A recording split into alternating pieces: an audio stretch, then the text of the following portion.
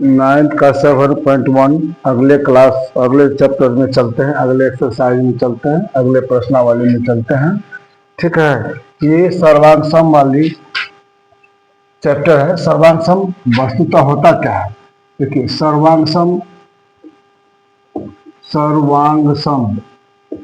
इसको इंग्लिश में बोलते हैं कॉन्ग्रुएंट। ठीक है, इंग्लिश में, हिंदी में बोला जाता है सर्वांग। सर्वांग का वास्तविक अर्थ क्या होता है? इसको तोड़ते हैं, संधि विच्छेद करते हैं तो सर्व जोड़ अंग अजोड़ सम, है ना। सर्व माने सभी, सर्व माने सभी, प्लस अंग माने भाग या पार्ट, सम माने बराबर, सभी भाग बराबर, इसका मतलब बराबर, इस अंग का मतलब भाग। ठीक है, जिस दो आकृति के सभी अंग या सभी भाग बराबर होता है उसे हम सर्वांग बोलते हैं। इसका चिन्ह होता है, यहाँ देख लीजिए, दो ठो बराबर देखे तो उल्टा एस लिखना है, ऐसे करके। ठीक है, इसको हम सर्वांग बोलते हैं सब। उदाहरण के लिए, उदाहरण ले लीजिए। उदाहरण के लिए क्या होता है, किसी त्रिभुज के दो त्रिभुज होगा तब तो तुलना होगी, कम से कम दो आकृति तो होगी ही। तो देखिए क्या होगा, तो एक ऐसे करके मान लेते हैं, ये दोनों ऐसे करते हैं। ठीक है, और फिर एक ऐसा त्रिभुज है। ठीक, ये मान के चलिए ABCD है, ABC, और इसको मान लीजिए PQR। ठीक, इसका जो है पहला शब्द जो होता है क्या होगा, इसका तीन, इसमें एक त्रिभुज में 6 भाग होते हैं। 3 ठो कोण होता है और 3 ठो भुजा होता है। कोण को एंगल बोलते हैं और भुजा को साइड बोलते हैं। ठीक है, तो इसमें अगर तीन चीज अगर मिल जाता है एक दूसरे के साथ बराबर, तो बाद बाकी 3 अपने आप ही बराबर हो जाएंगे। और इस तरह की चीज को हम क्या बोलते हैं, अभिगृहित बोलते हैं, या इंग्लिश में एक्जियम बोलते हैं। देखिए क्या है, तो इसका एक नंबर जो है, अगर मान चलिए AB, इस त्रिभुज में AB इजकल टू इस त्रिभुज का PQ बराबर होता है। ये AB और PQ क्या है, ये भुजा है ना। भुजा को हम हिंदी इंग्लिश में साइड बोलते हैं। ठीक है, और दूसरा है BC इजकल टू QR, ये बराबर ये हो गया BC इजकल टू QR। तो क्या होगा, BC इजकल टू QR, है ना, ये भी भुजा है। ठीक, और भुजा को फिर हम इंग्लिश में ऐसे ही लिखते हैं, साइड माने भुजा। ठीक है, तीसरा हो गया AC equal to PR, AC equal to PR। ठीक है, ये भी भुजा ही है, तीनों भुजा है। भुजा इसको ऐसे बनाते हैं। अगर इस तरह का अगर तीनों भुजा आपस में बराबर हो जाएगा तो इसका मतलब इसका तीनों कोण भी आपस में बराबर होगा। तीनों कोण भी आपस में क्या हो जाएगा, बराबर हो जाएगा। इसीलिए समबाहु त्रिभुज के सभी कोण बराबर होते हैं, अर्थात 60 डिग्री का होता है। ठीक है, AC इजकल टू PR। इसी को हम लिखते हैं अभिगृहित।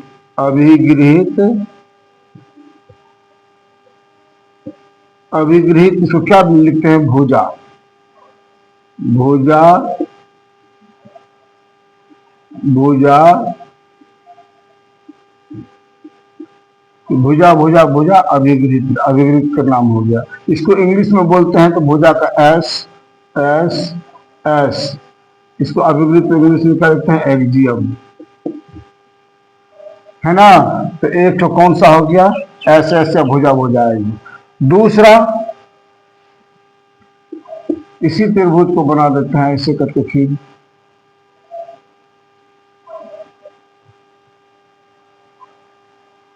अब यहां पर क्या होगा, इसको मान लीजिए PQR और ABC। ठीक है, अब इसमें क्या हो जाएगा, मान के चलिए इस त्रिभुज का, तो इसको लिखने से पहले हम क्या लिखेंगे, त्रिभुज PQR, त्रिभुज PQR एवं त्रिभुज ABC में, ये त्रिभुज का चिन्ह है, इसका मतलब त्रिभुज समझ जाना है।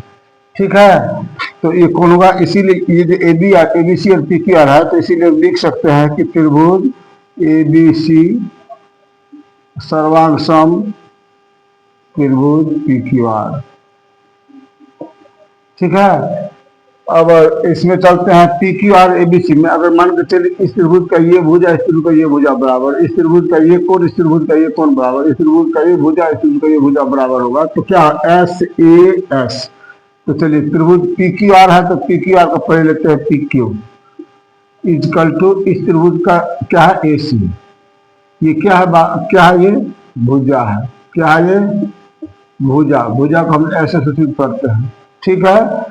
इस त्रिभुज में क्या पी क्यू आर, क्योंकि ये त्रिभुज पहले लिखे हैं, त्रिभुज ये लिखे हैं, इसकी का पहला लेंगे। त्रिकोण P Q R equal to कोण ए बी सी। ये क्या है, कोण है। कोण को हम किसे सूचित करते हैं, एंगल से, तो ए लिखेंगे। ठीक है।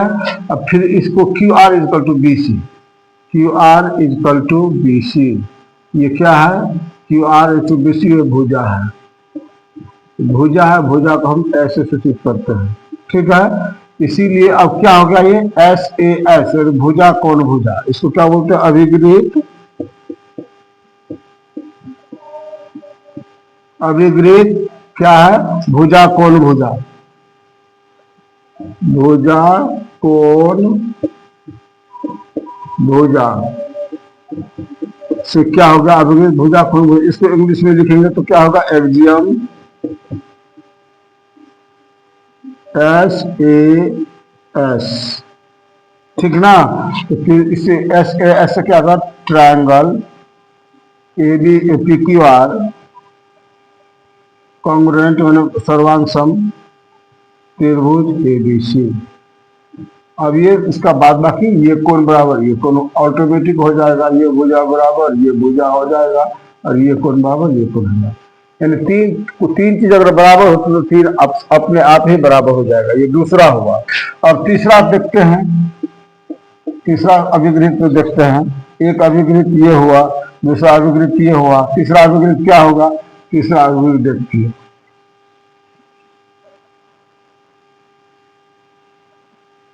ठीक है। इसको हम क्या लिखते हैं, P Q are. P Q are ले लीजिए, ये एम एन एस। ठीक है।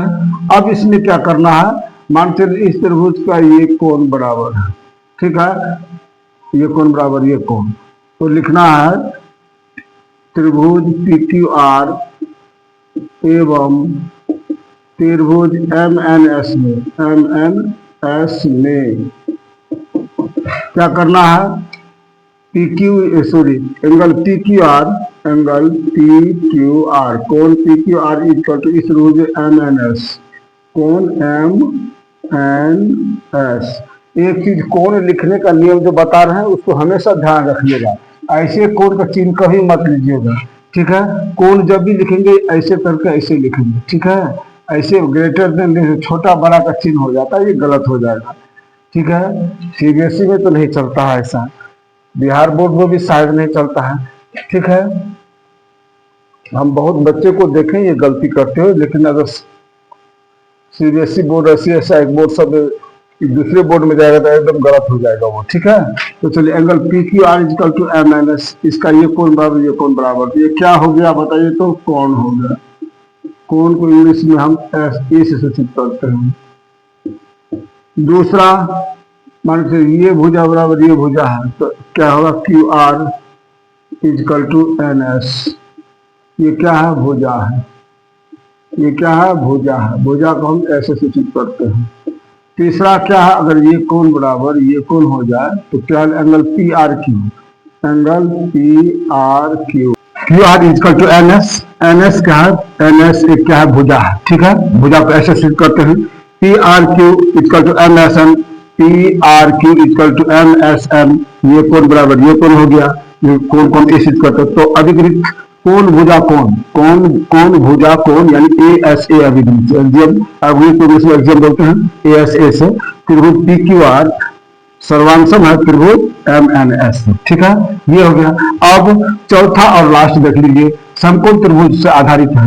ये समकोण त्रिभुज में ये कोण 90 डिग्री है, इसको राइट एंगल बोलते हैं। तो चलिए त्रिभुज एबीसी त्रिभुज पी क्यू आर में, तो एबीसी त्रिभुज पी क्यू आर में इस त्रिभुज का कोण ABC equal to P Q R, क्या है ये समकोण है, समकोण में राइट एंगल यानी आर से करते हैं। दूसरा है चलिए एसी, समकोण त्रिभुज का ठीक सामने वाला भुजा जो होता है, समकोण का ठीक सामने वाला भुजा जो होता है वो कर्ण होता है। क्या होता है वो? कर्ण होता है। तो कर्ण कितना है? AC है, तो AC equal to P R, इसका पी आर होगा। कर्ण को ऐसे सूट करते हैं। एक भुजा को उठा लेते हैं, BC equal to Q R, BC भुजा है। इसी से क्या होता है? समकोण कर्ण भुजा, इसी को बोलते हैं RHS, आर अभिकृत RHS से त्रिभुज ABC और PQR सर्वांग समभुज है। ठीक है। और उसके बाद बाद बाकी जो कोण बचता है संगत मतलब सामने साथ वाला कोण, कोरस्पॉन्डिंग कोण, वो आपस में बराबर हो जाएंगे। ठीक, तो इसको हम एक इसके रूप में शॉर्ट रूप में लिख देते हैं SSS यानी भुजा भुजा भुजा कोण, ये पहले वाला SSS भुजा भुजा। दूसरा SAS, दूसरा क्या है? ये जो है SAS का है, SAS यानी भुजा कोण भुजा। तीसरा कौन है?